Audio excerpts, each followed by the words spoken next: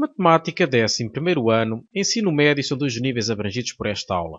Vamos falar da posição relativa de três planos, que corresponde à aula 18 do capítulo Geometria no Plano e no Espaço. Se gostar da aula, não hesite em fazer like e de a partilhar com os seus amigos. Posição relativa de três planos. Observando o índice do lado esquerdo, vimos que estamos na última aula. Podemos ver que estamos na última aula. Já foram abordados estes tópicos todos, por isso, se estiver interessado em algum deles, é uma questão de pesquisar juntamente onde encontrou este vídeo, pesquisar pelos outros.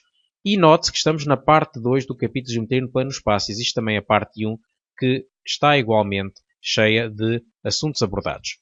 Vamos então, nesta secção, estudar a posição relativa de três planos e resolver e interpretar geometricamente o resultado da resolução de sistemas de três equações lineares com três incógnitas, como esse sistema que aqui estamos a mostrar. Portanto, nós sabemos que um plano é definido por uma equação deste tipo, que é denominada por equação geral do plano.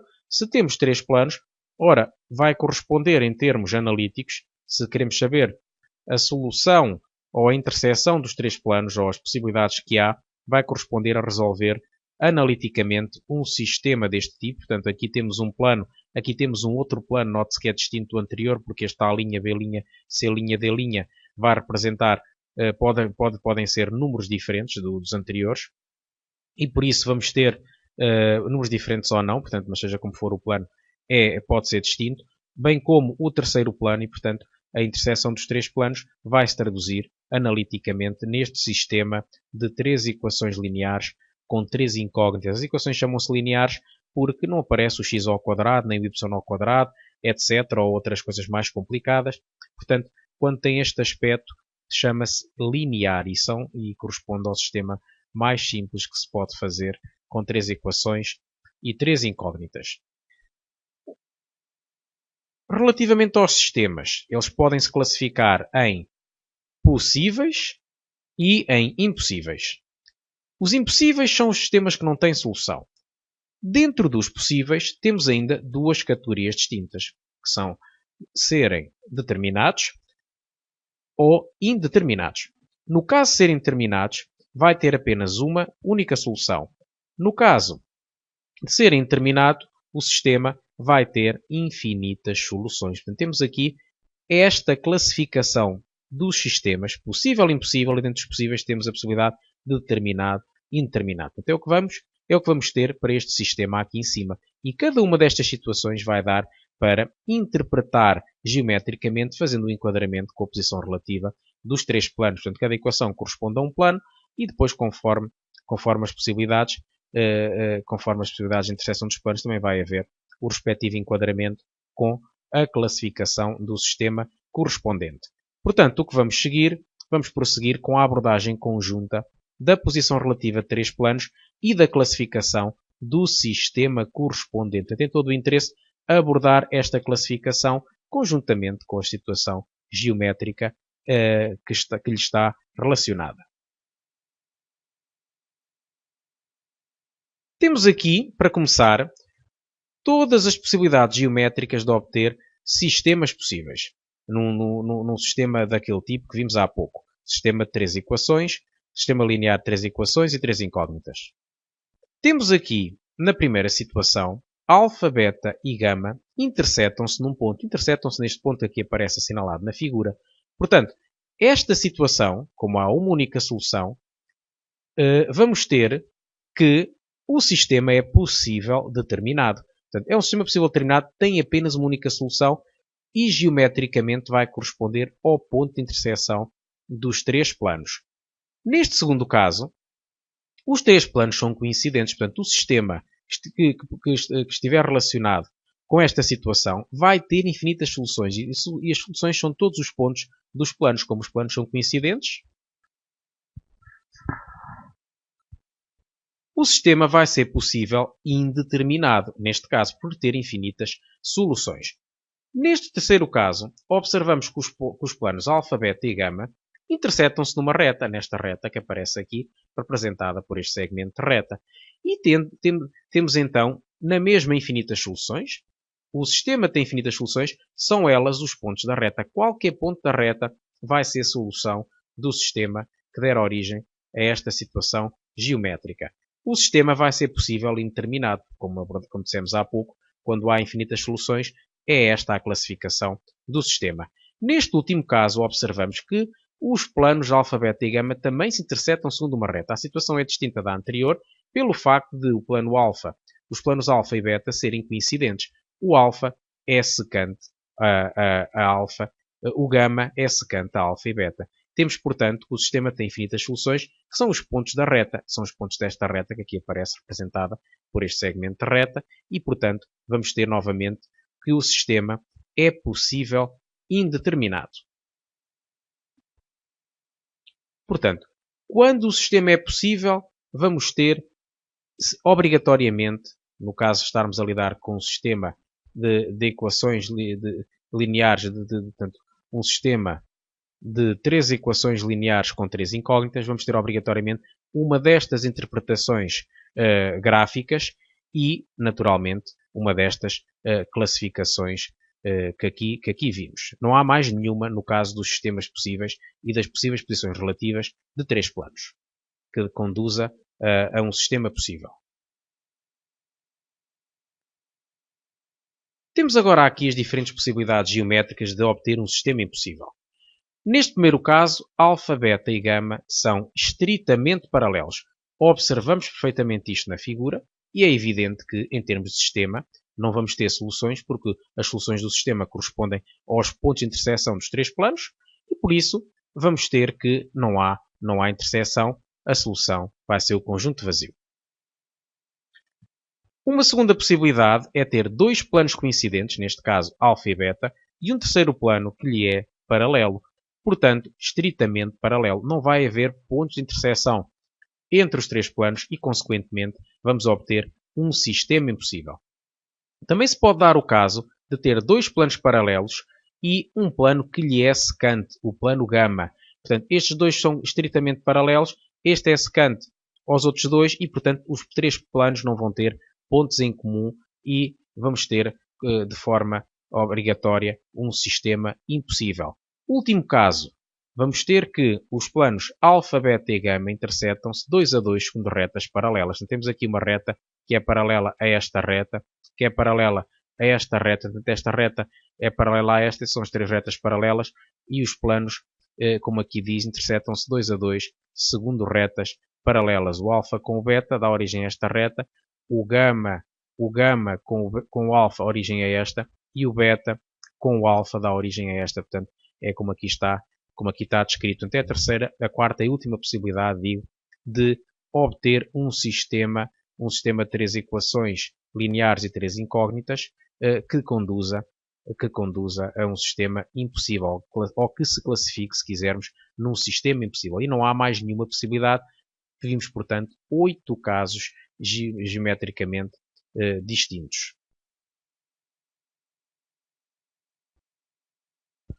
Vamos ver um primeiro exemplo. Estudemos a posição relativa dos planos definidos por 2x menos 3y mais 2z igual a 5, menos 5y menos g igual a 2 e x menos 4y mais 2g igual a 0.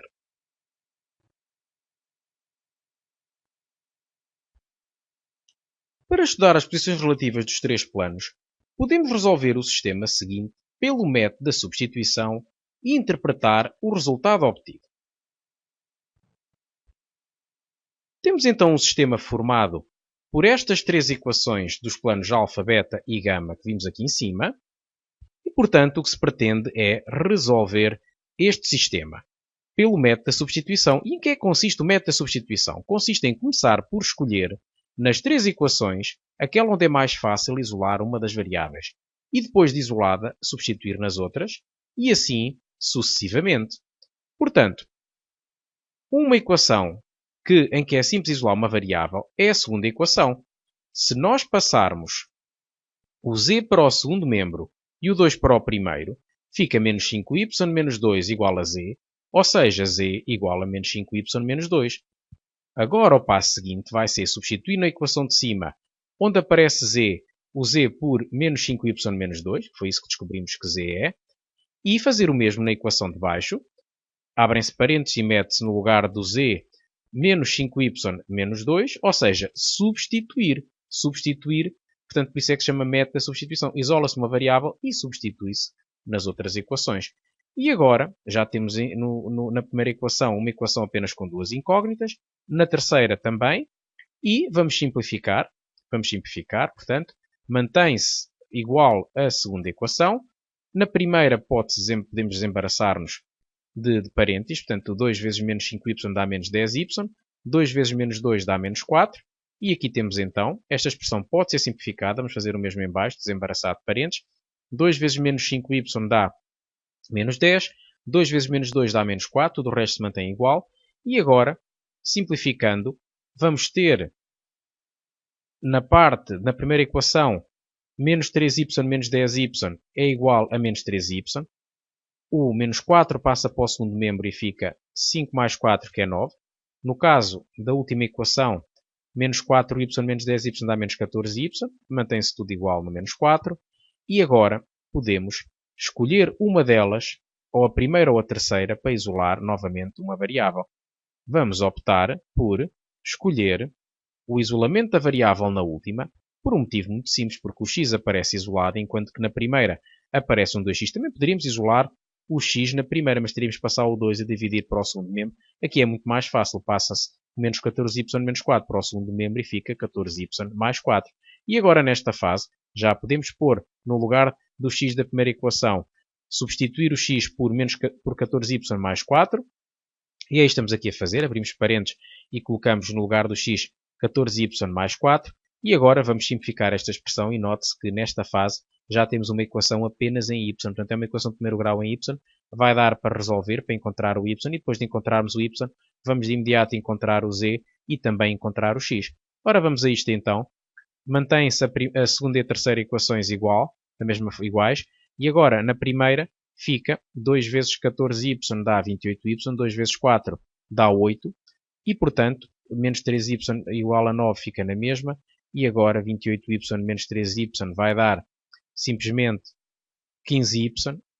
O 8 passa para outro membro subtrair e 9 menos 8 dá 1. E agora sabemos então que concluímos que o y é igual a 1 quinzeavos. Substitui-se o y na segunda equação e fica menos 5 vezes 1 quinzeavos, que é menos 5 quinzeavos menos 2.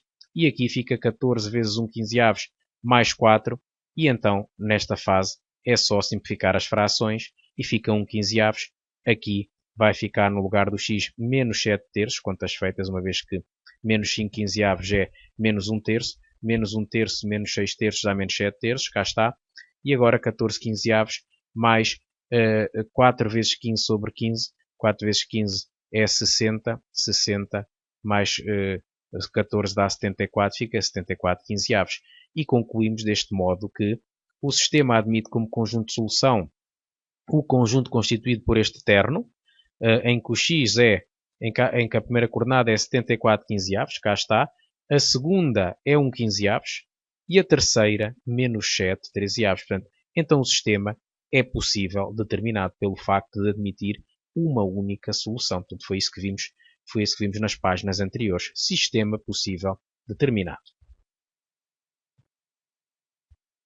Os três planos, alfa, beta e gama, vão se intersetar neste ponto, que corresponde ao conjunto de solução do sistema, e, portanto, em termos gráficos, vamos ter uma situação deste tipo. Alfa, beta, gama, intersetam-se num ponto este que tem estas coordenadas. Portanto, esta é a interpretação do resultado do sistema, e sempre que obtemos um sistema deste tipo, sempre que obtemos um sistema possível determinado, vamos ter uma situação semelhante a esta que estamos aqui a ver. Vamos a um segundo exemplo, novamente três planos, e novamente para estudar as posições relativas dos três planos, podemos resolver o sistema que se segue pelo método da substituição e interpretar o resultado obtido. Ora, cá temos um sistema semelhante ao que vimos no primeiro exemplo, só que para estes três planos, alfa, beta, gama. E agora, qual é a variável que deve ser isolada? Bom, há várias hipóteses na terceira equação. Na primeira equação, vamos optar por isolar o z na primeira equação, ou seja, passar o 2x menos y para o segundo membro, muda o sinal, portanto, fica menos 2x mais y mais 1, trocam os sinais, portanto, e agora vamos substituir nas outras equações, neste caso só na segunda, porque a terceira não depende de z, vamos substituir o z por esta expressão e fica, portanto, fica menos 6x mais 3y, portanto, mantém-se igual, e no lugar do z metemos a expressão dentro de parênteses, agora temos que desembaraçar de parênteses. A terceira equação pode-se também passar o y para o segundo membro, fica x igual a y, e agora vamos ter, no caso da segunda equação, menos 3 igual a menos 3, porque de facto, menos 3 vezes menos 2x dá 6x, e 6x simplifica com menos 6x, fica 0, e menos 3 vezes y dá menos 3y, e 3y simplifica com menos 3y, e menos 3 vezes 1 dá menos 3, e fica, portanto, simplesmente menos 3 igual a menos 3. E, feito isto, a equação de cima pode substituir-se onde temos um x, colocar um y, porque a terceira equação diz-nos que x é igual a y, então vamos substituir este x por y, e conseguir simplificar mais um pouco, portanto, a última equação fica na mesma. E agora vamos, então, eliminar esta condição que é uma condição universal, portanto ela pode simplesmente desaparecer, ficamos apenas com duas equações, esta não vai adiantar nada ao sistema, menos 2y mais y dá menos y, e fica, portanto, o z igual a menos y mais 1, e o x igual a y. Nesta fase já não podemos fazer rigorosamente mais nada, porque aqui já não figura x, e aqui já não figura z, na primeira e segunda equações, e por isso chegamos ao fim, e podemos concluir que o sistema admite como conjunto de solução este conjunto que estamos aqui a ver representado, que eu vou passar a explicar. Portanto, diz aqui, a solução de um sistema é x, y, z. Mas diz aqui que o x é igual a y. Ora, se o x é igual a y, no lugar da primeira coordenada eu vou pôr um y. E no lugar da segunda? No lugar da segunda vou pôr y, porque aqui não se fala de y a lado nenhum. E no lugar da terceira diz aqui que o z é menos y mais 1. Então colocamos no lugar da terceira coordenada menos y mais 1, ou seja, neste tipo de solução há uma variável que é livre, que é a variável y, que não tem restrição nenhuma, que fica simplesmente livre. Depois as outras relacionam-se com y do modo em que aparecerem no sistema resolvido. E, portanto, aqui temos esta é a solução, e para cada valor de y nós temos uma solução. Quer dizer que se eu puser no lugar do y um 7, por exemplo, fica 7, 7, menos 7 mais 1, que é menos 6, é a solução. Significa que se eu colocar o 7, 7, menos 6 aqui, portanto aqui um 7 e aqui um menos 6, esse terno que eu inventei vai verificar ao mesmo tempo que verificar a primeira equação, verificar a segunda e também verificar a terceira. E, portanto, cá está, se for 7, 7, ora 7 menos 7 dá 0, a terceira verifica-se, as outras também era fácil de fazer. Se eu escolher 10, 10, se escolher para y no valor 10, fica 10, 10, menos 10 mais 1, que é menos 9.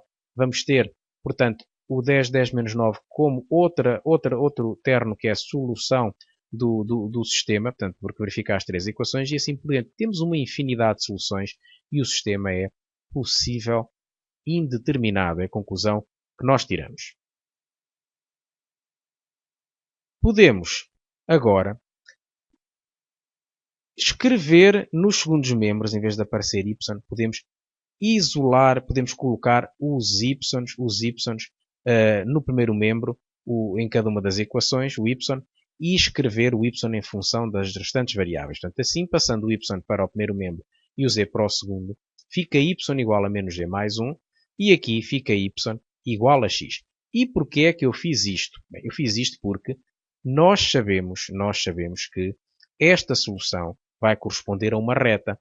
E se corresponde a uma reta, se diz aqui que o y é igual a x, e se diz que o y é menos g mais 1, então vamos ter que o x é igual a y, que é igual a menos g mais 1. Portanto, ou seja, o y é igual a isto e o y é igual a isto, então significa que o y é igual a x e ao mesmo tempo igual a menos x mais 1, que é isto que aqui está traduzido. E esta equação tem nome, chamam-se equações cartesianas da reta. Portanto, recordemos que quando temos equações da forma x menos a sobre v1 igual a y menos b sobre v2 igual a z menos c sobre v3, estas equações são as equações cartesianas da reta com a direção do vetor v1, v2, v3, que são precisamente as coordenadas que figuram nos denominadores e que contêm o ponto A, B, C. Portanto, nós sabemos que estas condições representam uma reta. E aqui temos uma equação similar, que pode ser inclusivamente escrita nesta forma. Vejamos que esta equação, se no lugar do x escrevemos x menos 0 sobre 1, que é a mesma coisa, e se no lugar do y escrevemos y menos 0 sobre 1, que é a mesma coisa, resta-nos apenas a terceira expressão, e esta expressão, que é a mesma coisa que ter menos g mais 1 sobre menos 1, podemos multiplicar o menos g mais 1 sobre 1 por menos 1 em cima e em baixo, e portanto fica o que aqui estamos a ver. Efetivamente, se fizermos g sobre menos 1 dá menos g, menos 1 sobre menos 1 dá 1, portanto isto foi só para confirmar. Podemos concluir que a reta contém o ponto 001, ora cá está 001, se aqui continha o ponto A, B, C, aqui contém 001, e que tem a direção do vetor 1, 1, menos 1, 1, 1, menos 1, corresponde precisamente, correspondem aos denominadores destas coordenadas. Aqui é V1, V2, V3, aqui é 1, 1, menos 1. E chegamos aqui à conclusão de que a interseção dos três planos é uma reta, e até sabemos um ponto da reta e a sua direção, o vetor que dá a direção, portanto sabemos, temos a reta bem definida. Vamos agora notar que esta equação correspondente ao plano beta dá para escrever nesta forma que aqui está, que é exatamente a equação do plano alfa. Como fizemos? Dividimos ambos os membros por menos 3. Menos 6 sobre menos 3 dá 2. 3 sobre menos 3 dá menos 1. Menos 3 sobre menos 3 dá 1. E aqui menos 3 sobre menos 3 dá igualmente 1. Conclusão, este plano e este são equivalentes e, por esse motivo, nós vamos ter que o alfa e o beta são planos coincidentes e o gama vai ser um terceiro plano que os interseta. Consequentemente, cá está, o alfa é coincidente com o beta e a figura seguinte ilustra a situação obtida. Dois planos coincidentes e um terceiro plano gama que lhes é secante. Portanto, o gama não é equivalente aos outros, porque apenas aparece nas variáveis x e y, portanto não se compara de forma alguma. Portanto, temos uma situação geométrica que é esta que aqui estamos a ver. Portanto, o sistema é possível indeterminado. A solução, o conjunto de solução corresponde aos pontos desta reta, portanto, infinitos pontos, e chegamos assim ao fim deste segundo exemplo. O primeiro um sistema possível determinado, o segundo um sistema possível indeterminado, e aqui a respectiva interpretação gráfica. Vamos a um terceiro exemplo. 3 novos planos. Vamos fazer rigorosamente a mesma coisa. Resolver um sistema pelo método da substituição e interpretar o resultado obtido. Aqui o z igual a 0 apetece logo substituir nos outros o z por 0. Mas há outras maneiras de resolver o problema. Mas é inevitável. Portanto, o z põe-se no lugar do z o 0 e fica a primeira equação um pouco mais simples. Na segunda equação fazemos rigorosamente o mesmo. Colocamos no lugar do z o 0 e ficamos sem o z na primeira e na segunda. E agora o que é que se pode fazer? Muita coisa. Podemos isolar o x na primeira. Podemos isolar o y na primeira. Também qualquer uma das coisas dá para fazer. Também podemos isolar na segunda, mas a primeira é mais fácil, porque os coeficientes x e y são 1. Portanto, vamos isolar o x. O x fica 1 menos y, ou seja, menos y mais 1, que é a mesma coisa. Coloca-se agora no lugar do x menos y mais 1, dentro de parênteses.